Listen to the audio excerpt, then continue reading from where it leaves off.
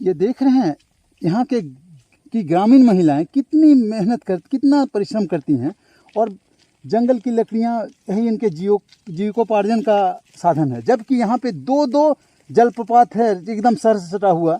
अगर इनका विकास किया जाए तो जंगल भी बच जाएंगे और इन्हें रोजगार भी मिलेगा।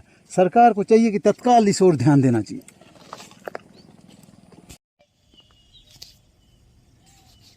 यह है रांची का कैम्ब्रिज शिक्षण संस्थान समूह की एक झलक। रांची का प्रसिद्ध शैक्षणिक संस्थान समूह कैम्ब्रिज ग्रुप। ये है रांची का उलातू ग्राम, जंगलों से घिरा हुआ रांची का उलातू ग्राम।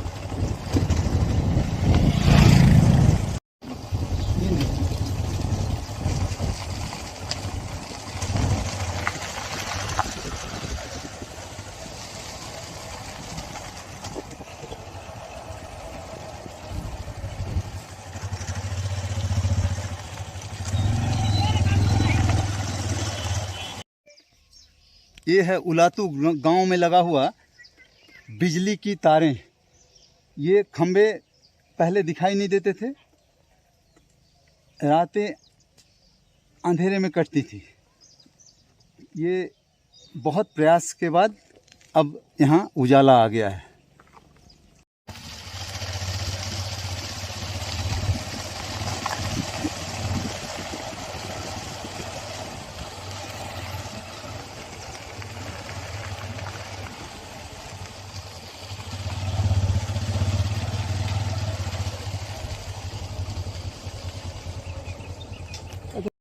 आप जो जंगलों से घिरे इस ग्राम को देख रहे हैं, ऐसे बहुत सारे गांव हैं यहाँ पे, बाहिया, उलातू, इस तरह बहुत सारे गांव हैं।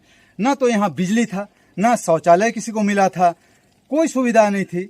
लेकिन यहाँ के पूर्व विधायक श्री रामचंद्र पाहान को मैंने इसी गांव में बुलाकर, मैं गुरु अनूप यहाँ का परिचित नाम हूँ, मैं इस गाँव में बुलाकर एक मीटिंग मैंने करवाया।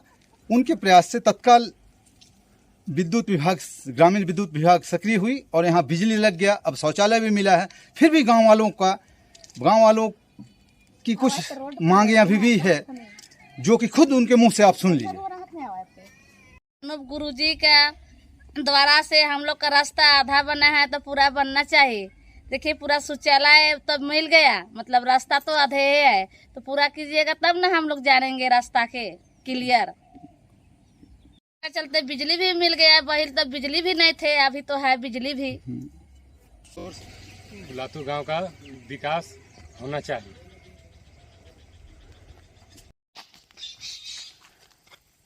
यह है रांची के चूरनी फॉल जाने का रास्ता। देखिए कितनी दिक्कतें होती हैं पर्यटकों को। इसे अगर पक्का बना दिया जाए तो पर्यटकों की संख्या भी बढ़ेगी और ग्रामीणों को रोजगार का साधन भी मिलेगा।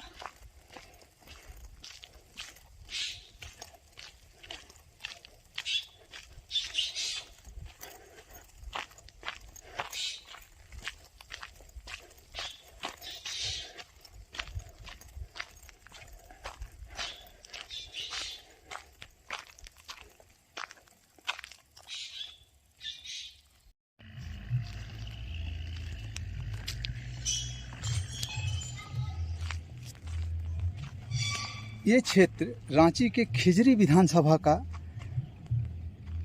जंगलों से घिरा हुआ एक क्षेत्र है, जहाँ करमाढीपा, बाहिया, उलातू जैसे बहुत सारे गांव हैं। और ये जो संस्थान आपने देखा, ये एक शैक्षणिक संस्थान समूह है कैम्ब्रिज, जिसमें मैं अतिथि संकाय के रूप में मैं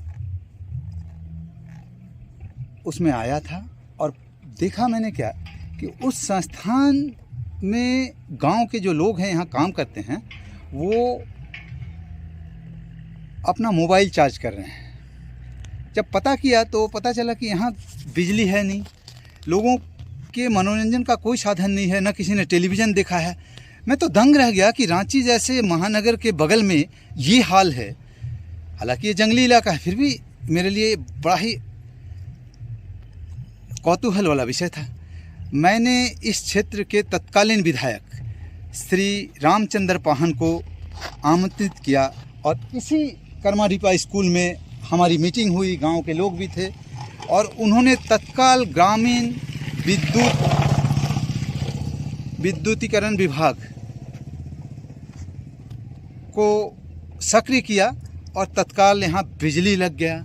उसके बाद बिजली लग गई, उसके बाद मुखिया जी भी आए, शौचालय भी मिला लोगों को। रोड जो है कुछ बना है, पर यहाँ एक दो वाटरफॉल हैं, जलप्रपात है दो, जिसे कोई जानता नहीं था शहर में।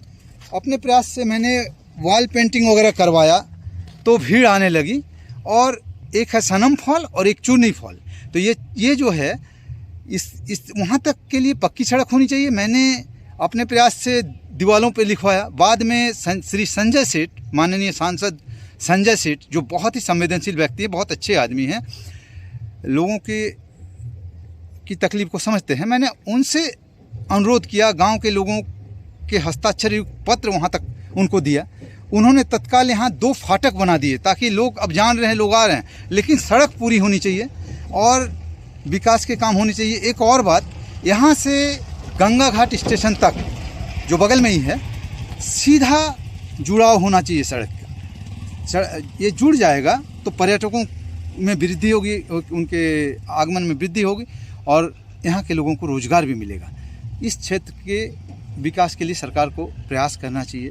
मैंने अपने प्रयास से जितना हो सके इस क्षेत्र में नशाबंदी के लिए भी मैंने प्रयास किया, लेकिन मेरा अनुभव है कि पूरी तरह शराबबंदी यहाँ बहुत मुश्किल है, क्योंकि लोग, वो भी एक कारण है यहाँ के पिछड़ेपन का, लोग शराब छोड़ने के लिए तैयार नहीं, कहते हैं हमारी संस्कृति में है। तब एक दूसरा ऑप्शन मैंने दिया हुआ है कि आप दिन में मत पीजिए, काम धंधा करके अगर एक लिमिट के अंदर अगर आप थोड़ा बहुत लेंगे तो उससे आपको इतना होना चाहिए कि शराब आपको न पी जाए। आप शराब पी रहे हैं, आप शराब आपको, अगर नशाबंदी के लिए भी कोई विशेष कार्यक्रम और भी चलाई जाए। हालांकि मैं तो इसमें थोड़ा सा मुझे दिक्कत है कि यहाँ के लोग पूरी तरह नशा छोड़ेंगे कि नहीं, वो भी एक कारण है कि पिछड़ेपन का। फिर भी विकास तो होना ही चाहिए।